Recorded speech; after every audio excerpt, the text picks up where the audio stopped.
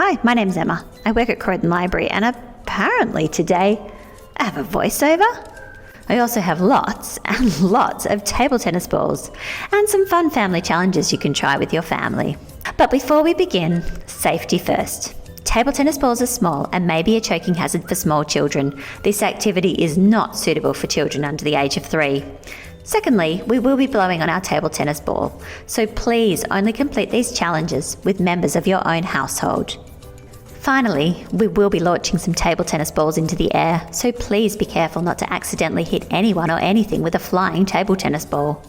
To complete the challenges, you will need to gather a few things: some newspapers and scissors, some straws, some table tennis balls, some cups, a bottle, some water, and some other household items.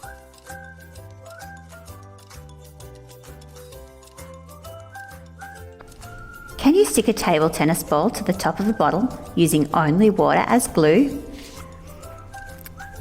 To begin with, you will need a bottle and some water. Please make sure to do this experiment outside or over a sink, as things may get wet. Feel free to pause the video if you want to try on your own before I show you how to do it. First, I tried a dry table tennis ball and a dry bottle, turned it upside down. Well, that didn't work. Then I half filled the bottle with water, placed ball on top, put my finger on the top, and turned the bottle upside down. Wow, the ball is stuck like magic. You can turn it over, roll the ball around, shake it, turn it back over, but the ball stays stuck. So how does this work? Water has an amazing ability to stick together. It is this property of water that helps the table tennis ball cling to the bottle as if by magic.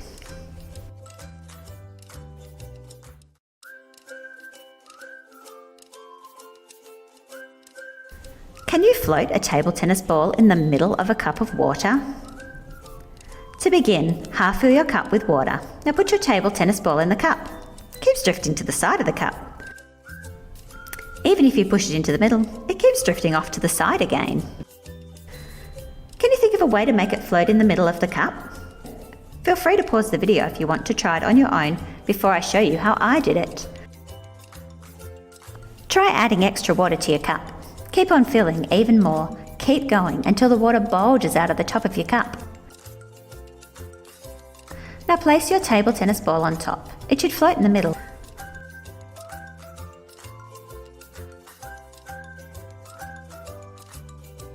And even if you try to push it to the side, when you let go, it will float back to the middle.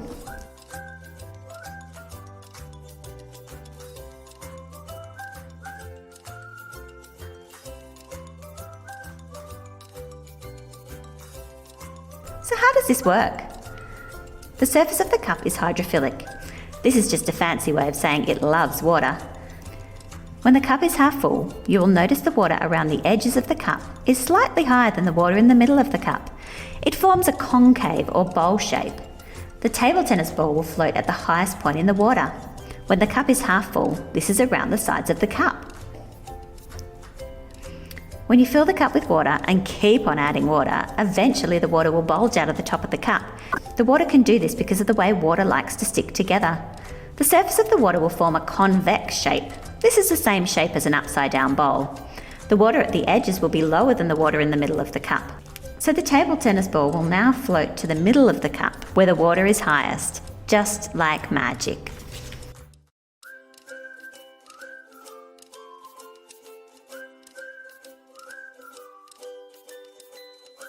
Can you make your table tennis ball float in the air?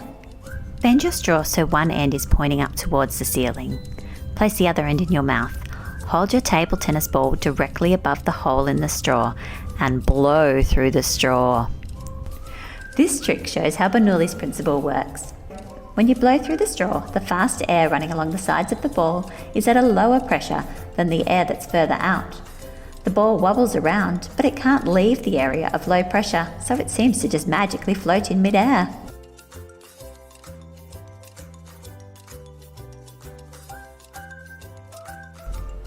Can you move a table tennis ball from one cup to another without touching the cups or the ball?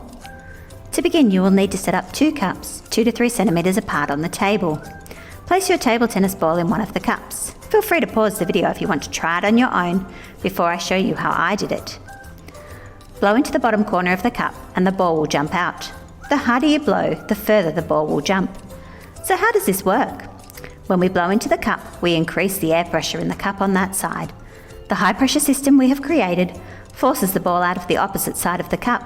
The air flowing above the cup is flowing at a lower pressure, and this will guide the ball into the second cup.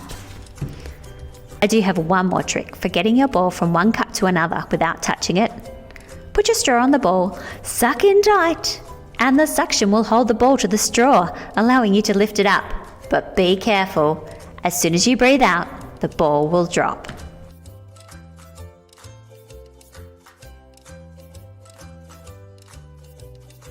Working together, can you guide your ball through a hole in a newspaper?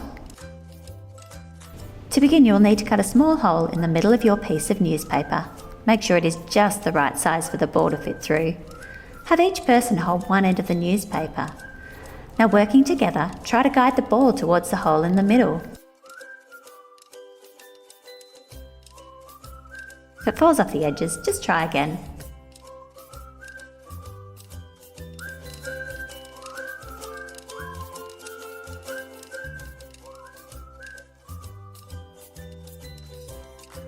I don't know a special trick for completing this task, but it's lots of fun trying. How did you go?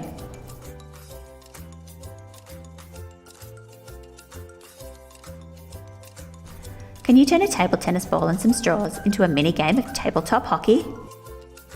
Have each person stand at either end of a table and, using your straws as hockey sticks, hit the tennis ball between you. If the ball falls off the sides of the table, start again. You score a goal if you manage to hit the ball off your opponent's side of the table. Who's the tabletop hockey champion in your family?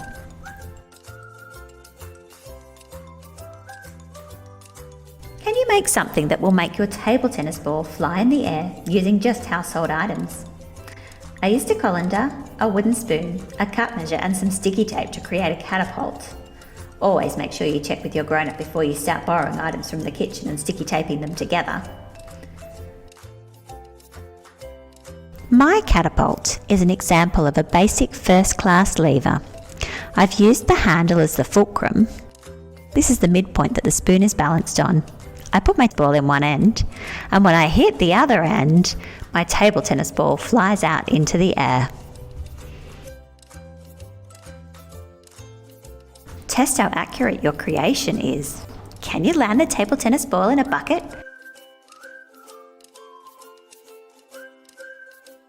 Or use it to knock over something small like glue sticks? Let us know what your amazing creation can do.